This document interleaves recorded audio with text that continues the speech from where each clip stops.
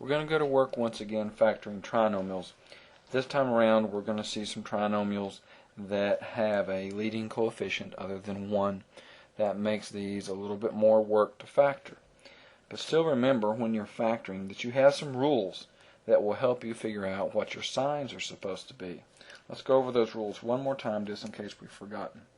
If we have the trinomial ax squared plus bx plus c, need to emphasize a plus and a plus, then if this trinomial can be factored, then it will factor into two binomials, and the signs in those binomials will be plus and plus. So in other words, two pluses in the trinomial imply two pluses in the binomial that they factor down into. Next possibility, if we have an ax squared plus a bx minus a c, and actually it's going to turn out on this one that it won't matter if it's a plus or a minus in the middle. All that's going to matter is the minus on the end. If you have a minus on the end of your trinomial, the only way that can happen is if you have one of each, meaning one plus and one minus in your two binomials. The order is something that you'll have to establish just by trial and error, but you will know that you have one of each. And the next possibility, we had an ax squared minus a bx plus a c. Again, we see that the plus on the end is going to imply that we have two signs the same. Last time it was two pluses. This time, though, because we have a minus in the middle, it's going to be two minuses. So those are the only three things that can happen with your factorization. All right? You can have two pluses, a plus and a minus, or two minuses. And the signs within the original trinomial will tell you which is which. Now, other than that, what we're going to have to use is our FOIL method. All right? FOIL method is typically used for multiplication. But if you think of foiling as you factor, then that will help you remember where each portion of the trinomial came from and help you get it factored back down. Other than that, our method is just going to be a trial and error method. All right? So if we were to go back and list the steps for factoring, number one thing that you do when you're trying to factor is to factor out the GCF. That is, of course, if it has one. And that's always the first thing you look for to see if there is one. And then we said if there are four terms, that implies we're going to use factoring by grouping. Now the third thing we said was if there are three terms, we're going to factor those as two binomials. Alright? And that's what we're back to working on right now, are those trinomials that factor into two binomials. So let's take a look at a few examples of this. Start off fairly straightforward with a 2x squared plus a 9x plus a 4. And again, according to our list, the first thing we will do is look for a GCF. In this particular example, we don't have one. So since there are three terms, we're going to assume that it factors as two binomials. And the rules say that plus plus mean plus plus. So for this problem, we'll go ahead and assume that our signs are positive and positive, or plus and plus. Now, where the FOIL method comes into play is that we see the 2x squared came from first times first. That can be nothing else but a 2x times an x. The last is a 4. That could have been a 4 times a 1 times a 4, or a 2 times a 2.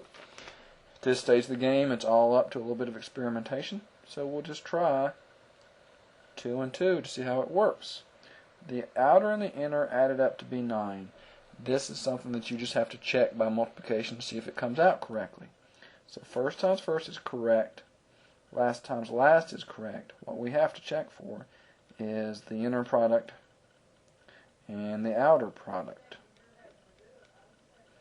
When we add those together, we do not get the correct value from the center, so we're just going to have to go back and try another possibility. Let's see, we tried 2 and 2. Let's try 4 and 1. Now previously, 4 and 1, 1 and 4, the order wouldn't have mattered. This time let's see what happens. Here we've got a 4x. Here we've got a 2x. That gives us 6x. Again, we didn't get it, but we can't assume that that means that we're finished. We cannot assume that that means prime. We'll try 1 and 4 to see what happens. This is going to give us a 1x. That's going to give us an 8x. Altogether, that's a 9x. And that's the correct factorization. So on 3 attempts, we finally got the answer. Alright, let's try another problem. Let's try 3z squared plus a 17z plus 10. Alright. It is a trinomial, so we will assume that it factors as two binomials because there is no GCF once again. We always check for that. Again, plus and plus means plus and plus. 3z squared could very likely be a 3z times a z, so we will try that. The 10 could be 10 times 1, 1 times 10, 2 times 5, or 5 times 2. We'll just try those possibilities in that order. 1 times 10 would be a z, along with a 30z, which is 31z. That definitely doesn't work. Let's try a 10 times 1. Let's see, that is a 10z, along with a 3z. That's a 13z, and again, that's not what's in the middle, so that doesn't work. So 1 and 10, 10 and 1 did not work. We will try a 2 and a 5. If that doesn't work, 5 and 2 will be next. We'll try 2z, a 15z, altogether that's a 17z, and again, a correct factorization because that matches what we see in the middle. Now let's try one with some slightly different signs. Let's look at a 6x squared plus an x. Whoops, I said x and wrote z. Let's back up and fix that. 6x squared plus an x minus 12. Again, do we have a GCF? Almost a 6, but because of this middle, no, we don't have it. Two binomials. A minus on the end means one of each. Plus minus, maybe minus plus. If it's in the wrong order, it'll be easy enough to see. 6x squared could be 6 and 1, or a 1 and a 6, or a 3 and a 2. I'm going to try to keep the numbers small because the middle values are 1. So I'll try the smaller of those two possibilities. Now with the 12, it could be a 1 and a 12 and a 1, a 2 and a 6 and a 2, a 3 and a 4, or a 4 and a 3. Let's just try 4 and 3. This is going to give me an 8x and a negative 9x, which gives me negative 1x, which, now if you look closely, that's not what you want to see in the middle, but it's close. As a matter of fact, it's only off by the sign. Now this is when you know that your signs are simply backwards. So all I need to do then is not change my numbers, we'll change the signs and let's see what happens. This is going to give me a negative 8x. Now this gives me a positive 9x. And there's your 1x, which is what you see in the middle. Again, another correct factorization. Alright, let's move on down. Look at some more problems. Let's take a 6y squared plus a 16y plus 10. And again, number one rule is always factor out a GCF first. We haven't had one yet, but this time we do. In this problem, we can take out a 2. That's going to leave us with a 3y squared plus an 8y plus 5. And it may be possible to go further. Sometimes taking out a GCF is all you can do, but let's find out. Plus and a plus means plus, plus. A 3y squared is a 3y times a y, and again we might have to change the order. A 5 could be 5 and 1, or 1 times 5. Let's try a 1 times 5. Here I have a 1y. Here I have a 15y. Altogether, that's 16y. Which, don't look back here, because that's what we had before we factored. This is what we're trying to match up, and that doesn't get it. Okay, so again, being systematic about our guessing. Instead of 1 and 5, we'll try 5 and 1. This gives me a 5y. This gives me a 3y. Altogether, that's 8y, which is exactly what we were supposed to get. So that is the correct factorization. Now let's try again with signs, a change of sign. Alright, let's try a 15x squared minus a 19x plus 6. Again, we look for GCF and we don't have one. It's a trinomial, so it factors into two binomials.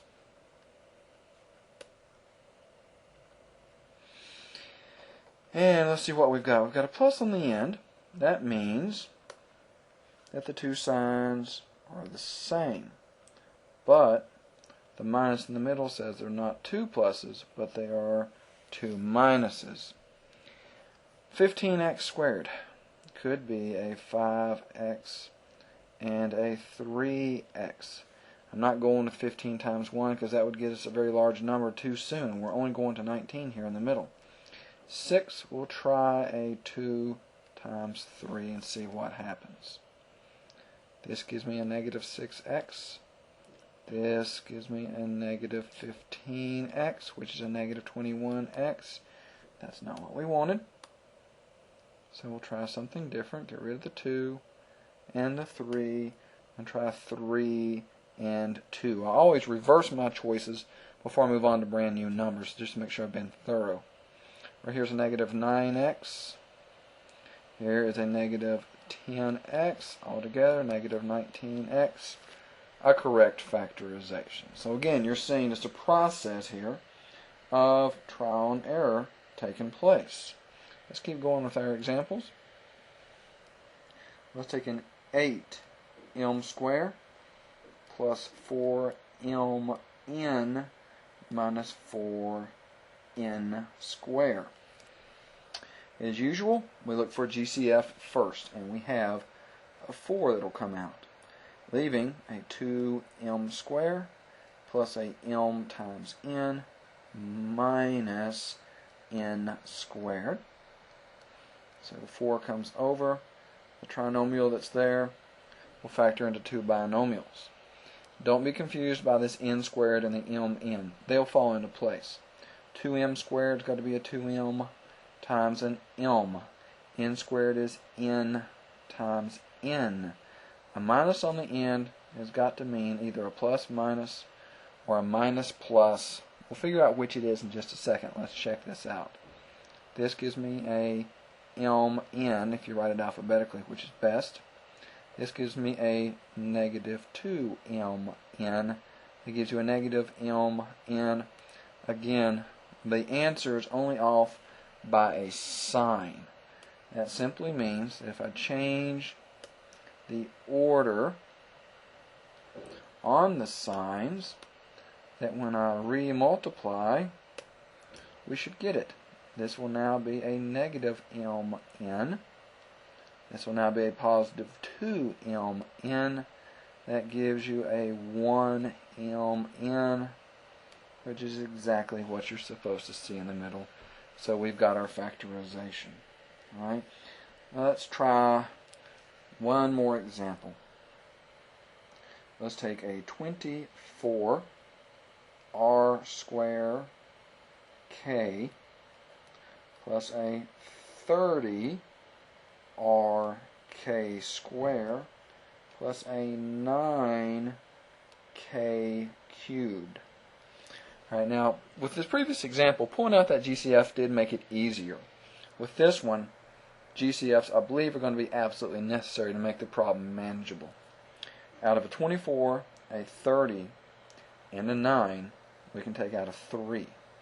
Out of an r squared and an r, and then no r here, we can take nothing out. But we have a k squared, and a k cubed, so that k can come out. And pulling that k out is crucial. 24 divided out 3 gives you an 8. R squared plus, that's going to give us a 10 RK, and then making a little bit more room, we're going to have plus a 3k squared. So again, had we not pulled out that k, that problem would have been practically impossible. Alright, so we're going to come over, we still have the 3k. The trinomial part, we're going to look for that to break into two binomials. Plus plus means plus plus 8r squared. We'll just try a 4r and a 2r to see if it works. 3k squared. We'll try a 3k times a k just to see what we get. This will give us a 6rk. This will give us on the outside here a 4rk. And we know we hit it with the first attempt. So sometimes with the trial and error method, you can get lucky on your first try and hit them. So there's the correct factorization because it gave us in the middle exactly what it was supposed to give us. Now there are problems present in this section that will give you a prime. And really the best way to know that, or the only way we know to come up with, figure that out right now, is to make all attempts possible and simply discover that none of them work. An easy example to come up with would be saying 2x squared plus a 2x plus 2. Alright, now we do have a GCF that will come out, leaving me with x squared plus x plus 1. But the portion that's left here is a prime. So all the factorization you were able to do is right here.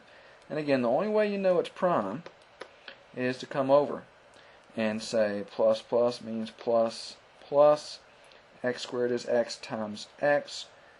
Only thing it can be. 1 can be nothing but 1, 1. But when you check it, you're going to end up with a 2x, which is not what you're supposed to end up with once you add these two together. So we've run into something prime here, and you'll have a few examples where it is prime from the beginning. Nothing, no GCF or anything. And when you run into those, just be expecting that and realize that that does happen on occasion.